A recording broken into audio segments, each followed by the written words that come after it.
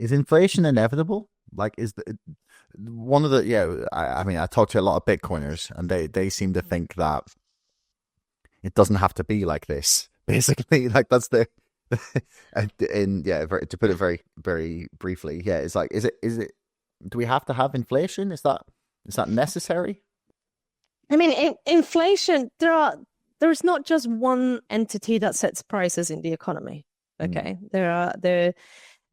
The government can influence prices a lot because the government purchases a lot of things, so it can say what price it's willing to purchase, and very often the private sector, um, uh, it cannot just simply say no. But the the the private sector, and depending as well on how your economy is structured. So, for example, if you have a lot of private providers of energy in your economy, then they may have some power as well to over setting their prices. And depending on how many monopolies there are, that again, that gives them more power to set their prices. So inflation is a function of the power imbalances within your economy. And the inflation figure that we use, which is CPI in the UK, Mhm. it's I mean, we don't simply take the average of all prices. We take a basket of goods, and I think this kind of basket is adjusted every year depending on changing purchasing habits. And then we estimate what a figure that might be representative of what the average consumer is Mm. experiencing. But of course, you can have very many figures for inflation. And depending on whether you are wealthy or poor, your basket of goods may look completely different. So we are very limited in our measuring of inflation in the first place. But what is true is that because it encompasses so many small prices, and for there not to be any inflation at all, what you're saying is that no price would ever change. I think unless you had one single provider for all these services fixing prices, then it would be very difficult for it not to change at all. Mm. But it can be kept low as long as you identify the key industries like energy. You make sure that those are under control. You make sure that you tie your government spending, that it's done in relation to what goods and services are available to purchase. That means both eliminating unemployment, but also making sure that once you're not outbidding yourself. So you're not kind of just creating a situation where you can have one party bidding more and more and more for one good that is in shortage. But big hyperinflationary episodes, those kind of things, tend to happen when there is a supply shock. So system is equilibrium, and then suddenly there's a war or something happens, or a weather event, that a crop fails, or a war wipes out uh, uh, um, kind of food production, um, or key industry, and then suddenly production collapses, and then suddenly you've got, uh, you know, all that money going into fewer and fewer goods. That's Mm. usually what triggers hyperinflation, right? Yeah. It's not usually the other way around. But yeah, it's very difficult, but it's possible to have a relatively stable inflation. Now, the notion that inflation is inherently bad, inflation is also always benefiting somebody. So within the equation of prices, if you're talking about cost push inflation, uh, the cost of wages is also something that goes into production and into the creation of prices. So if suddenly workers' wages are going up, um, and inflation increases slightly as a result of that, as long as the wages are going up more than the inflation is, then the workers are actually benefiting from that. So it's wrong to see inflation as always a bad thing. Inflation, of course, is bad if you're not the one who's benefiting from it. Um, but I get the feeling that sometimes I mean, crypto people, I'm sure they come from all sorts of life. But a lot of the time it infers that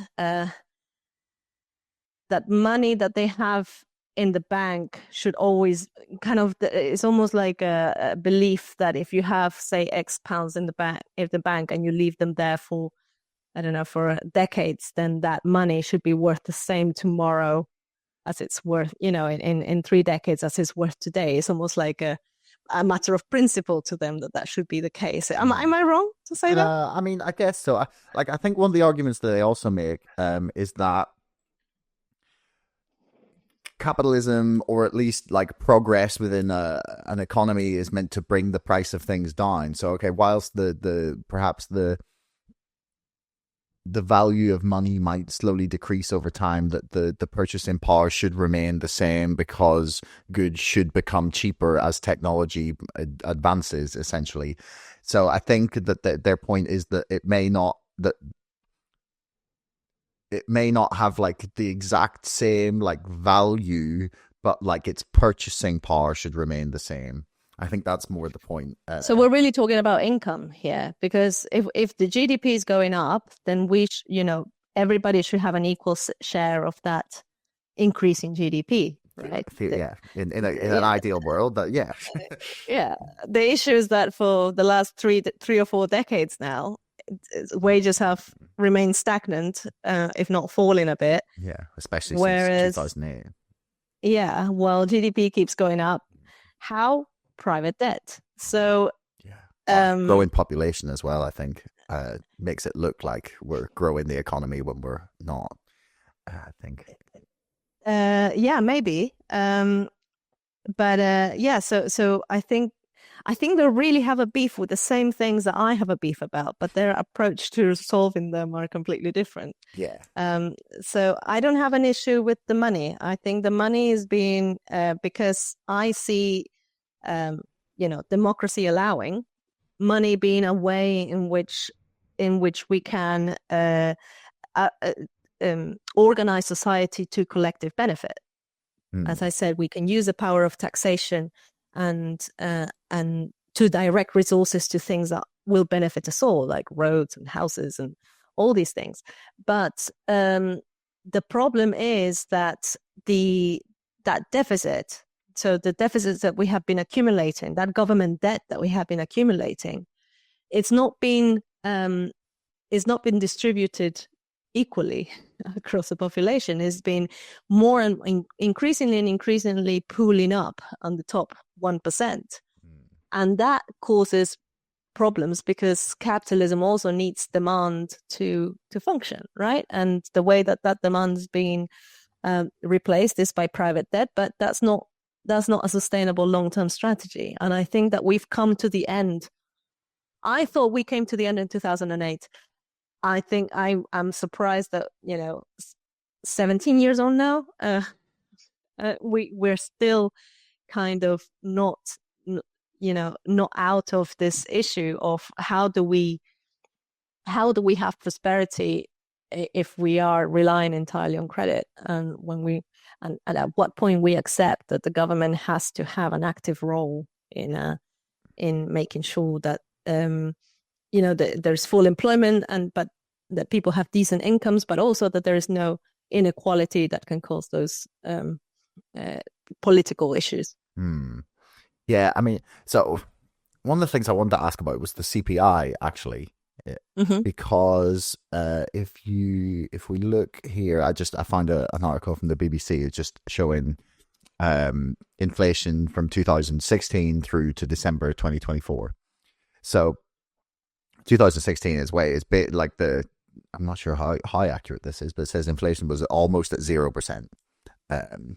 Maybe that's accurate. I actually don't know. Then 2018 sort of goes up to about 3%, and then sort of slowly comes back down right to the start of the pandemic, where it's basically at 0% again. Then it spikes up to like 11% sort of slowly through to like mid 2022, and then down sort of end of 2024 we're at 2.5% again. To me, that doesn't feel accurate. Like that just doesn't feel like it doesn't feel like that's the real story of how horrendous the You the think it's inflation more is, substantial than that? yeah, I mean, I don't know. It's just, that's the sense I get. Like, I don't feel like it was only 10%. Like, and I know a lot of people sort of believe that the CPI is a government manipulated figure, that they sort of choose that what they're going to say the CPI is, or at least they're going to choose the weighting of certain things within their calculation to say this works out better. Like, I don't know, maybe just because I live in London as well, rent for me from 2020 to 2024 went up like 30-40%. I'd like that. So, and then, it felt like groceries doubled in some senses. Like, do you know what I mean? Like, it doesn't feel like the CPI in the way it's calculated is an accurate reflection of like what inflation is for day-to-day life. Yeah, and that's because we have one single figure Mm. telling us what everybody's experiencing. Yeah. And of course, not all prices go up by the same percentage. All prices can change substantially. I think the cost of energy went up. Was that 20% or something like that? And that may have carried over to some goods, not other goods. But the issue is that your basket of goods may look completely different to the basket of goods that they're using to calculate this figure. And it might look completely different to my basket of goods. So the inflation that you're experiencing on your day-to-day basis may be completely different to what somebody else may. And that's largely dependent. I mean, it depends on many things, but one of the key things it depends on is your class. If you're on a low income, you will have a certain goods that you go for because they're cheap, and then maybe that is 20 pence a bag of rice that you're buying or something, and suddenly that's going up twofold or threefold. It may not seem like a lot, but to that person, it is. And so, I think we need more measures of inflation. We need to know. We don't have a really good view as to what is happening on the class front. Who is benefiting, who is not benefiting from this inflation. As I said, somebody's always benefiting from inflation. So whose income is going up, whose income is not going up, and whose prices are going up and whose prices are not going down. I don't know why they don't do that. I don't think the Bank of England are very good friends with the government, but maybe they are. I think